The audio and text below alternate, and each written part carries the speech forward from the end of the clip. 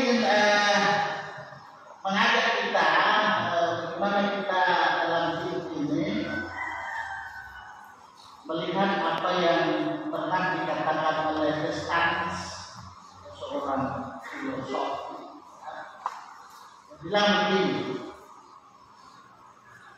aku berpikir karena itu aku ada. Pernah dengar itu? Nah, aku berpikir karena itu aku ada. Kemudian dalam kaitan semuanya itu, dalam pemahaman berikutnya, kita hidup untuk makan atau makan untuk hidup. Coba Bapak Ibu Saudara supaya jangan ngantuk ya, karena saya selalu ingin memancing dengan satu statement yang menggugah kita, mengangkat supaya karena nanti ada yang sudah terenung, ya kan, mengucap syukur kepada Tuhan.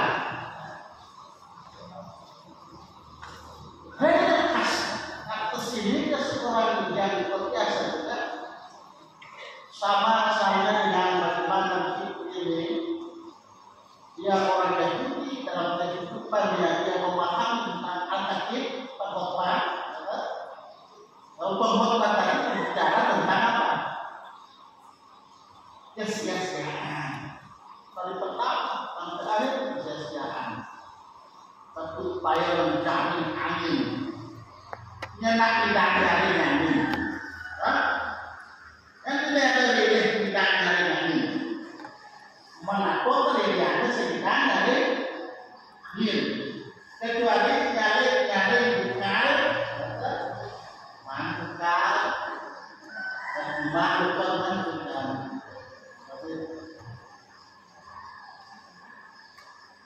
Hidup untuk bagaimana kehidupan ini, makan untuk hidup. Itu makan untuk hidup itu berarti supaya kehidupan kita ini bisa juga menghidupi orang lain. Kalau orang Minahasa bilang si tahu moto, filsafat di situ yang utara itu, dia nang balik belum ke bosan sarap, ulian belum berpikir ternyata ingin melakukan sesuatu ya, sehingga dalam kehidupan ini filsafat orang Bali maupun filsafat utara maupun Descartes punya bahasa, apalagi bahasa Alkitab itu sangat menyentuh sekali. Kalau saya baca ini pengkhotbah ini secara keseluruhan ini sangat menyentuh di hati. Kenapa? Pengkhotbah memahami bahwa apa yang sudah ada dulu itu sekarang ada dan akan ada nanti. Dan kecuali dengan kemajuan iptek, itu ada pengecualian dan kemajuan ilmu pengetahuan dan teknologi yang ada. Dan semua yang ada diingatkan supaya apa? Datang kepada Tuhan, takut kepada Tuhan. Karena kekayaan yang ada, harta yang ada, yang kita capai peroleh di dunia itu hanya sementara.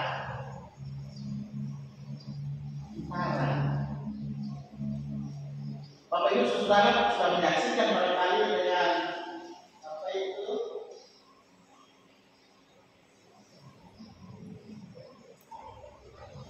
kalau saya menyebutkan pasti ada pasti Rusia dan apa itu Rusia itu dulu negara nyaris dia berkelas dengan USA. Tapi karena kesombongan dan keangkuhan yang tidak tahu kata Tuhan, glasnost, itu glasnost itu yang masuk ke sana. Jadi perestroika itu yang masuk ke sana. Nah, sampai sekarang itulah Rusia yang diguncang juga oleh gempa. Tidak hanya kita di Palu diguncang oleh gempa lalu 7, sekian, mungkin sudah 8 di Rusia juga. Dan ujung-ujungnya kena juga Jepang. Ya, mudah-mudahan kena kita di sini yang di masa hari ini. Ya, kita selalu berharap supaya daerah kita ini menjadi daerah yang aman, nyaman. Tetapi tidak ada yang sama nyaman, Bapak Ibu Saudara. Kalau kita masih ada di dunia, sekali lagi saya katakan, akan tiba waktunya. Umur berkata segala sesuatu ada waktunya. Jadi jangan kita terpesona, dan kita abai, dan kita lalai untuk datang bersyukur kepada Tuhan. Dan saya yakin yang hadir pada saat ini betul-betul bersyukur kepada Tuhan. Dan ini kehadiran kita yang perlu dipertanyakan, perlu. Karena saya lihat di sini yang saya tidak pakai kacamata, ada juga yang di luar. Padahal sudah pernah diimbau kalau aku bisa diistilah sebagai jalan, ya. Di luar, tidak akan terlambat. Nah ini menandakan kehidupan kita datang bersyukur kepada Tuhan, betul? Kita bersyukur kepada Tuhan supaya dengan harta kekayaan yang kita miliki secara duniawi, kita juga hendaknya memiliki kekayaan yang adalah harta surgawi di hadapan Allah. Nah, itu perikop yang kedua, berkata-kata, berbicara tentang. Di sini saya yakin orang kaya yang pintar. Tidak seperti yang dikatakan di perikop orang kaya yang bodoh. Orang-orang kaya yang pintar, waktu bersyukur dia bawa ucapan syukurnya ke gereja. Supaya dikelola oleh menjadi jemaat untuk manajemen pembiayaan anggaran belanja di Betania jemaat kita. Bukan untuk pendeta semua itu, bukan untuk majelis semua, bagian daripada manajemen pengelolaan untuk pertumbuhan perkembangan perekonomian jemaat. Puji Tuhan dengan kita yang ada di Betania masa hari ini, jemaat kita di sini sudah punya kemandirian. Kemandirian apa? Di bidang teologi. Kan bola ada anak dari Mas Hari sholat khotbah di Quran itu. Kemudian kemandirian teologi, daya, sumber daya itu, sumber daya manusia yang ada di sini ya sudah bisa diandalkan itu. Biar petani itu Dr. Andus, sarjana hukum, apa dia? Ada sebuah master malam-malam kan diteguhkan dalam pertemuan pernikahan kudus. Jadi kemandirian kita secara teologi daya, apalagi di bidang dana, kita sudah bisa membantu menopang juga ke jemaat-jemaat mana yang jemaat di mana pendetanya itu tidak mampu dibiayai. Itu ya Pak saya itu. Jadi jangan pikir nanti bahwa itu Retro kamu membayarkan ya itu. Jadi satu keterpanggilan kita bahwa apa yang ada yang kita miliki di dunia ini Tuhan sudah berikan, ya. Tuhan berikan kekuatan, Tuhan berikan kesehatan, berikan kemampuan untuk bekerja, dengan bekerja dapat meraih berkah, rezeki. Dengan demikian, dalam kehidupan ini kita sebagai orang percaya memperhatikan nas pembimbing juga supaya kita ada rendah hati dan minder ya, bukan minder.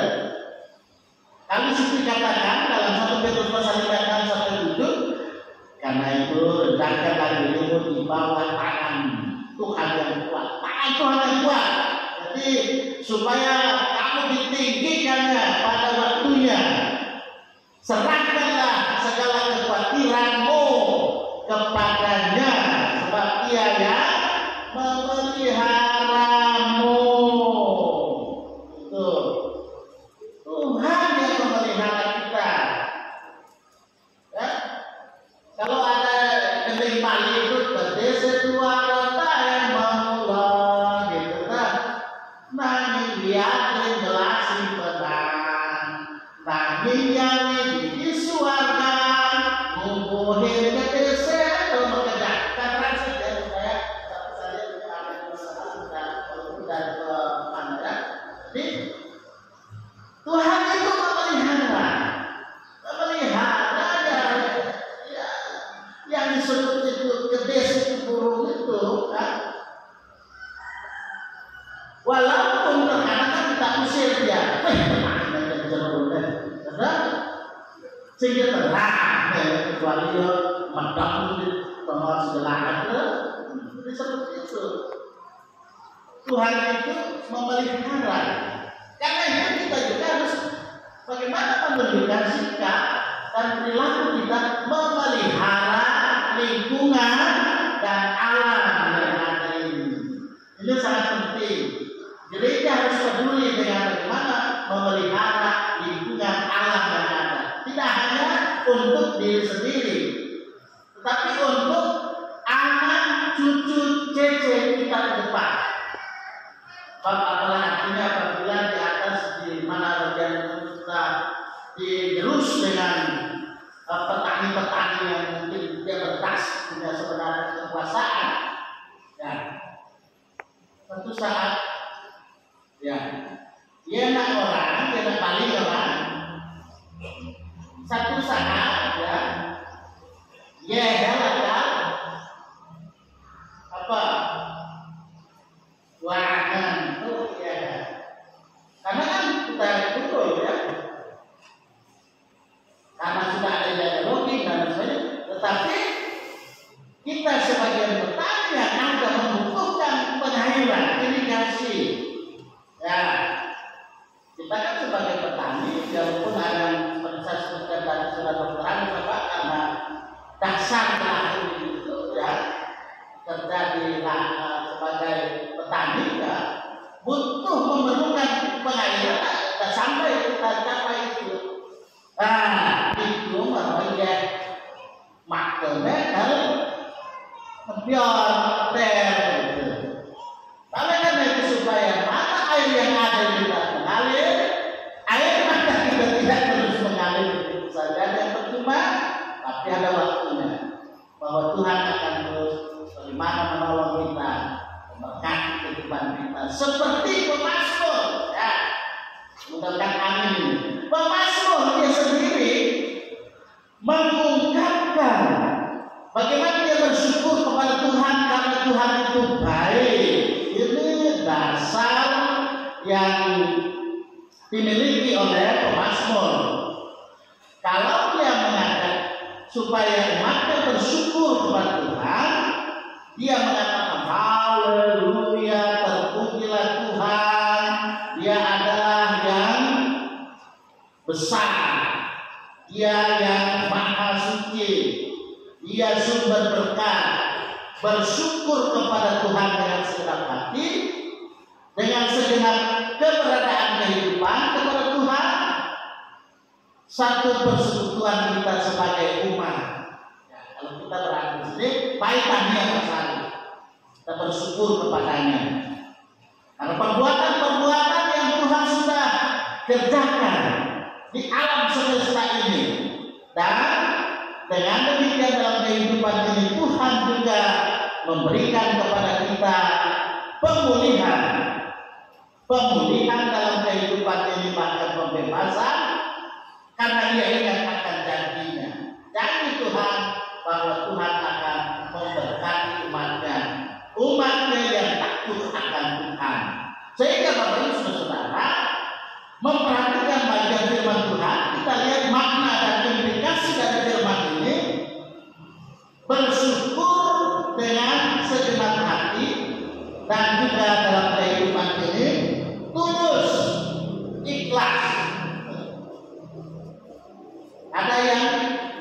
bersyukur, mungkin tidak tulus, tidak ikhlas, sehingga ada pertanyaan, mengapa persembahan kain diterima, kenapa kain ditolak persembahannya, kenapa apa yang diterima? Nah, itu karena ketulusan hati, keikhlasan hati. Kain memberikan, dia tidak ikhlas, dia tidak tulus hati, tetapi Habel dia berikan yang terbaik, sehingga itulah yang Tuhan kehendaki dalam hidup ini. Bersyukur kepada Tuhan kita lakukan supaya dalam hidup ini kita melihat, kita memandang perbuatan-perbuatan Tuhan yang dahsyat, anugerah Tuhan yang luar biasa yang Dia nyatakan bagi kita sebagai umat yang percaya kepadanya. Oleh karena itu, bersyukurlah kepada Tuhan dengan segala hal.